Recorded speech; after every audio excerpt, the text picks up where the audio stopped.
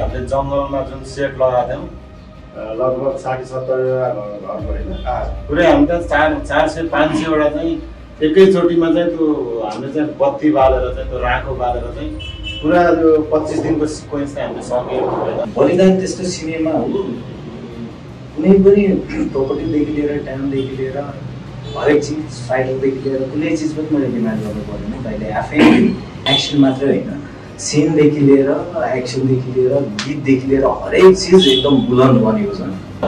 एडिटिङमा आएर चाहिँ हाम्रो सन्देश भाइ एकदमै खतरा उसले चाहिँ प्रतिभा देखाए।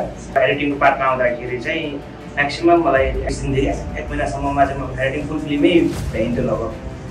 त्यसमा चाहिँ म सेट सुटिङ सुरु हुँदादेखि लगाएर 3 महिना भइ बसिहालेँ।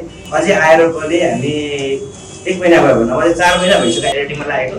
एकदमै क्यानभास अब धेरै स्क्रिप्टमा एडिटिङमा एकदमै मेहनत गर्ने ठाउँ छ। एकदम थ्याङ्क यू यार।